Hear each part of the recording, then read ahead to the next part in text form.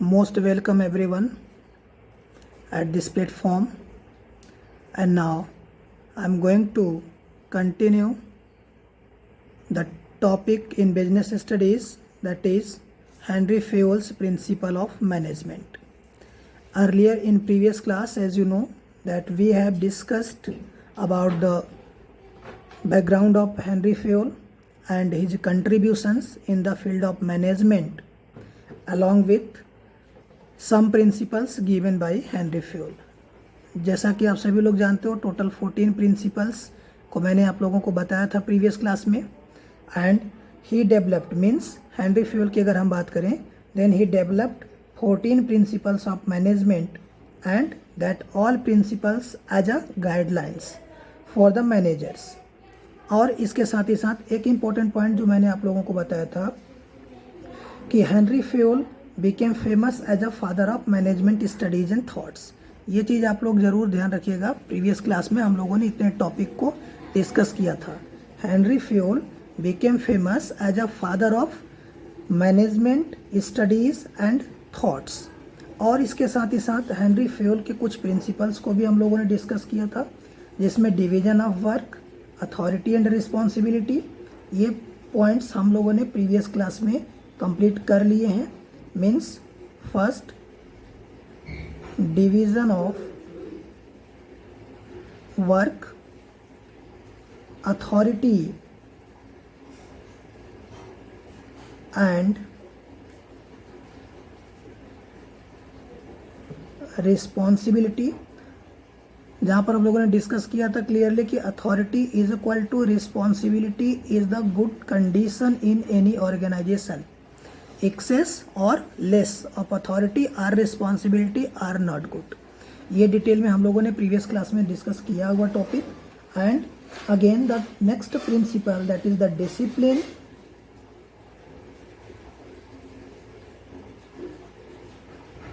Discipline. और इन तीनों principles को प्रीवियस क्लास में आप लोगों ने, जिन बच्चों ने प्रीवियस क्लास अटेंड किया है, उनको ये मालूम होगा कि ये तीन प्रिंसिपल्स आउट ऑफ टोटल 14, देखो स्टार्टिंग में मैंने आपको बताया था total 14 principles developed by Henry Fayol, and he is also very popular as a father of management studies and thoughts. अब total out of 14 principle of division of work, authority and responsibility and discipline. इनके बाद अब जो next principle Henry Fayol के through दिया गया, that is the point number 4 means unity of command. आज हम लोग बात करेंगे principle of unity of command की, और इसके बाद next principle. So now come to the point and see unity of command, principle of unity of command. What suggested by Henry Fayol in this principle? Under the unity of command, if we are going through this principle, then Henry Fayol suggested that according to this principle, an employee should receive orders from one boss only. Now consider, earlier I told you clearly that in any organization there is a superior and subordinate. Superior is also known as boss in the organization, and subordinate is considered as an employee. अब यहाँ पे जहाँ तक बात है superior and subordinate relationship की, if it is good, if it is positive, then no doubt organisation can achieve its objectives easily, means organisation can maximise its profit easily. So in the same sense unity of command is saying that employees should receive orders from one boss or superior and should be accountable to one superior only। देखो किसी भी organisation में जो भी subordinate है, जो भी employ है, वो अपने एक ही, देखो ऑर्गेनाइजेशन में कई बॉस होते हैं। अब एक ही बॉस से अगर एम्प्लॉय ऑर्डर रिसीव कर रहा है और अपने उसी बॉस के प्रति अगर वो एम्प्लॉय अकाउंटेबल है, अगर ऐसी कंडीशन है, देन उस कंडीशन में जो भी रिलेशनशिप होगा सुपीरियर और सबऑर्डिनेट का, उसमें कहीं कोई प्रॉब्लम नहीं आएगी। एम्प्लॉय जो भी ऑर्डर रिसीव करेगा वो उसे परफॉर्म करेगा और अपने बॉस के प्रति अकाउंटेबल होगा। तो जो हेनरी फ्योल का कंक्लूजन था, जो हेनरी फ्योल ने, देखो मैंने पहले जब आपको हेनरी फ्योल की बैकग्राउंड हिस्ट्री बताई थी, means when he promoted as a managing director in the company, then condition of that company was not very good. अब उस कंपनी को अच्छे ट्रैक पर लाने के लिए, उस ऑर्गेनाइजेशन को अच्छे ट्रैक पर लाने के लिए जो उन्होंने प्रिंसिपल्स दिए, जो उन्होंने सजेशन दिए, जो उन्होंने फील किया कि इन चीज़ों को इम्प्लीमेंट करके ऑर्गेनाइजेशन को सक्सेस किया जा सकता है, उसमें एक यूनिटी ऑफ कमांड की जो बात उन्होंने करी, means an employee should receive order from one boss. अब देखो, जैसे अगर मैं एक एग्जांपल आपको समझने के लिए यहाँ पे बना रहा हूँ, suppose that it is the place of boss. अब एक बॉस के अंडर में काम करने वाले कई एम्प्लॉय होंगे, यहाँ पर जैसे ये एम्प्लॉयज हैं सपोज दैट। अब अगर मैं इस बॉस के अंडर में, अब ये एक देखो कंडीशन बनी आपकी, अगर यहाँ पर मैं ये पा रहा हूँ कि एक एम्प्लॉय यहाँ पर ए, बी, सी, डी और ई, ये अगर ऑर्गेनाइजेशन के अंडर में एक बॉस, ये सुपीरियर, इसके अंडर में अगर काम करने वाले ये एम्प्लॉयज हैं, और एक बॉस एक टाइम पर या तो मिस्टर ए, बी, सी और डी, ये जो employees are working under this boss, अगर इनको इंस्ट्रक्ट करे एक टाइम में, केवल एक एम्प्लॉय को कोई भी ऑर्डर करे, या एक एम्प्लॉय एक टाइम में अपने ऑर्गेनाइजेशन के बॉस के प्रति रिस्पॉन्सिबल हो, तो easily he can perform the work, easily he can perform the job, no any confusion among the employees and between the employees and boss, between the superior and subordinate.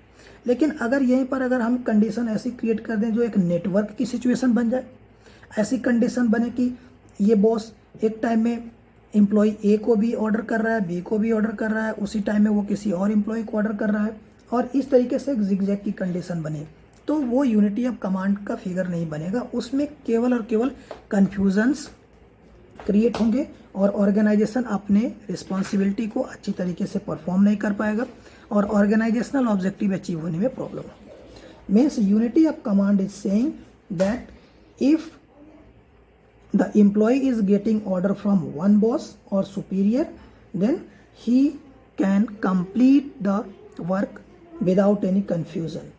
And if he is receiving orders from more than one boss, अब जैसे देखो यहाँ पे boss की strength को बढ़ा दी जाए, अगर बॉस एक से कहीं और 2-3 बॉस अगर हो किसी ऑर्गेनाइजेशन में, अगर मान लो एक बॉस और हो, यहीं पर एक और अगर कहीं बॉस हो, और ये सभी हर एक एम्प्लॉयज़ को अगर ऑर्डर करने लगे, देखो जो कंडीशन बनेगी अब आपकी ऑर्गेनाइजेशन की, ये बहुत अच्छी नहीं होगी। अब अगर ऐसी कंडीशन बन रही हो ऑर्गेनाइजेशन में, तो हम लोग क्या कहेंगे, if the employee means if he is receiving orders from more than one boss, then he will get confused and will not be able to understand that whose order must be executed first. अब अगर ऐसी condition बनी, तो इस condition में जो भी ये एम्प्लॉय काम करने वाला है, जो भी ये एम्प्लॉय वर्किंग लेवल पर है, जो ये एम्प्लॉय वर्क कर रहा है, उसके मन में क्या होगा, केवल और केवल कन्फ्यूजन क्रिएट होंगे और अनसर्टेनिटीज क्रिएट होगी और organisation can not eligible to achieve its target time.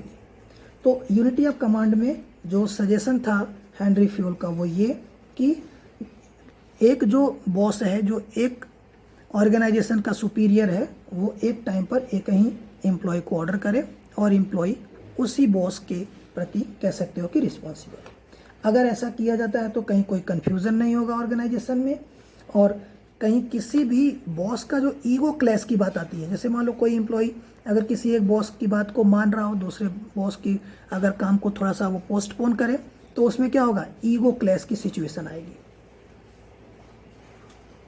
Ego clash कर सकते हो, ego clash in the sense, अब क्या होगा, उस कहीं ना कहीं एक जो फीलिंग होती है, बॉस को ये लगेगा कि इसने मेरी बात को नहीं माना, इसने मेरी बात को डिनाई कर दिया, तो ईगो क्लैश की सिचुएशन क्रिएट नहीं होगी अगर कहीं यूनिटी ऑफ कमांड को फॉलो किया जाए तो।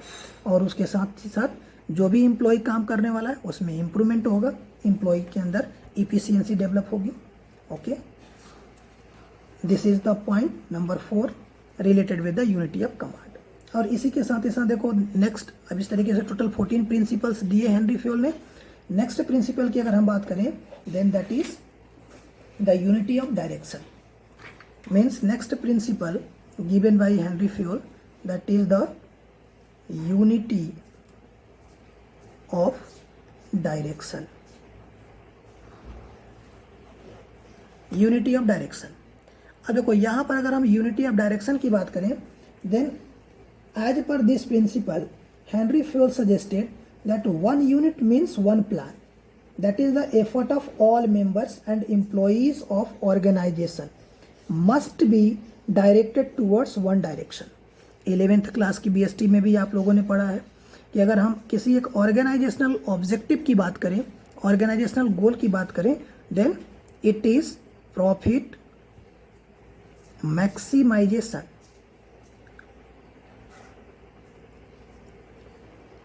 प्रॉफिट मैक्सिमाइजेशन किसी एक ऑर्गेनाइजेशन का जो मेन मोटिव होता है, that is the profit maximisation. It is only for the survival, for the growth and for the expansion. लेकिन आज के डेट की अगर हम बात करें, then profit maximisation is not only the goal. Means one organisation can not achieve the profit maximisation objective after ignoring the social concept. Means आज के डेट में ऑर्गेनाइजेशन सोशल ऑब्जेक्टिव्स को पूरा करते हुए अपने प्रॉफिट मैक्सिमाइजेशन को अचीव करने की बात करते हैं. यहाँ पर एक इंपॉर्टेंट पॉइंट मैंने आप लोगों को पहले भी बताया था कि individual objectives and organisational objectives. Consider this point. Individual and organizational objectives. While we are talking about individual objectives and while we are talking about organizational objectives, then both are different. But one organization can achieve its objectives with the help of individuals, with the help of employees. Here the sense of individuals means employees working in the organization. And one individual also can achieve its objective with the help of organisation. Means अगर organisation अपने objective को achieve करने में eligible है, तभी individual के भी objective को फुलफिल किया जा सकता है. मीन्स गेटिंग सैलरी और इंसेंटिव्स और bonus one individual can achieve after organisational objectives.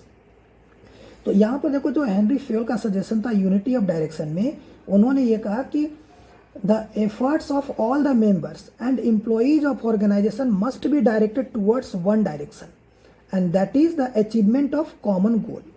जितने भी एम्प्लॉय ऑर्गेनाइजेशन में काम कर रहे हैं, मीन्स अगर हम बॉस और सबॉर्डिनेट की बात करें, अगर हम सुपीरियर और सबॉर्डिनेट की बात करें, जिसमें subordinate means employees working in the organisation.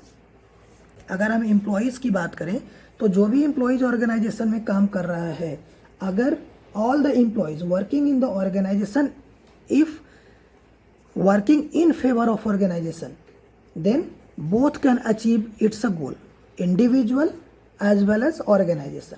तो यहाँ पर अगर हम इस यूनिटी ऑफ डायरेक्शन कॉन्सेप्ट की बात करें, तो हेनरी फ्योल का जो मेन सजेशन था वो ये, the efforts of all members. Means जितने भी एम्प्लॉय ऑर्गेनाइजेशन में काम कर रहे हैं, अगर उन सभी के efforts of all members and employees of organisation must be directed towards the organisational goal, must be directed towards one direction and that is the achievement of common goal, that is the achievement of organisational गोल.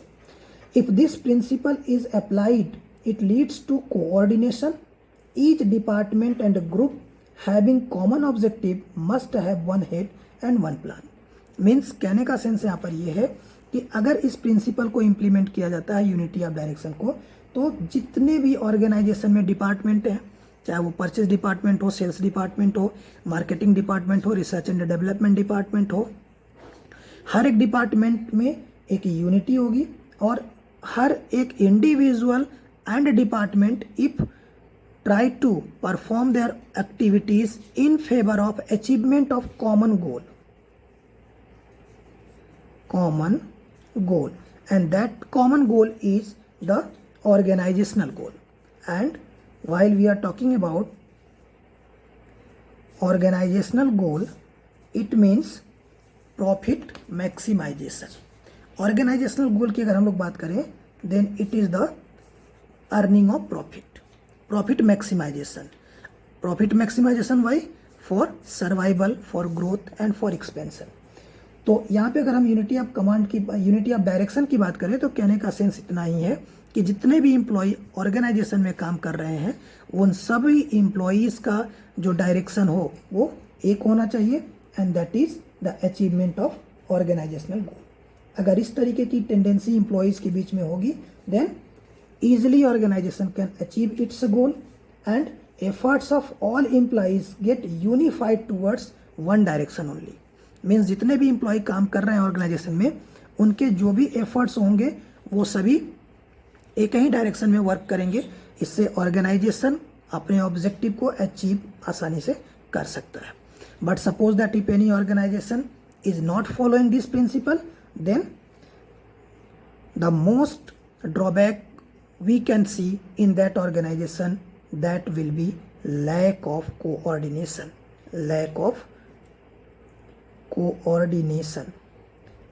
देखो पहले भी मैंने आप लोगों को बताया था coordination is the essence of management. If any organization wants to achieve organizational goal then it is compulsory to maintain proper coordination. But if lack of unity of direction available if in the organization then we can see lack of coordination also there. And if lack of coordination then wastage of efforts, wastage of resources we can also get in that organization.